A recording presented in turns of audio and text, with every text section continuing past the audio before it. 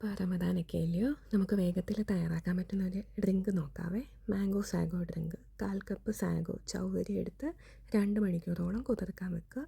ഞാൻ 3 മാംഗോ എടുത്തിട്ടുണ്ട്. ഒരെണ്ണം പൾപ്പാക്കാൻ വേണ്ടി, 2 എണ്ണം പൾപ്പാക്കാൻ വേണ്ടിയിട്ടും ഒരെണ്ണം ഗാർണിഷ് ചെയ്യാൻ വേണ്ടിയിട്ട്.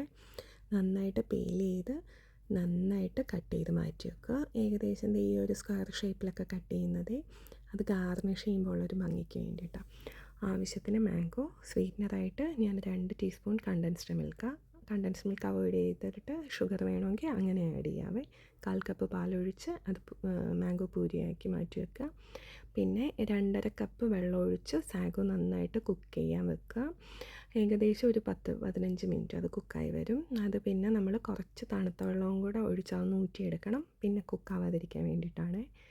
മാംഗോ പൂരി, സാഗോ, പിന്നെ 3 കപ്പ് പാൽ. നമുക്ക് ആവശ്യത്തിന് പാലെടുത്താൽ മതി. കട്ട് ചെയ്ത് വെച്ച മാംഗോസ്, കുറച്ച് കാഷ്യൂസ്, ഐസ് ക്യൂബ്സ് വേണമെങ്കിൽ അങ്ങനെ, നമുക്ക് ജെല്ലീസൊക്കെ ആഡ് ചെയ്യണമെങ്കിൽ അങ്ങനെ ആഡ് ചെയ്യാം. ഇത്രയേ ഉള്ളൂ, എളുപ്പമാണ്. എല്ലാവരും ട്രൈ ചെയ്യണേ.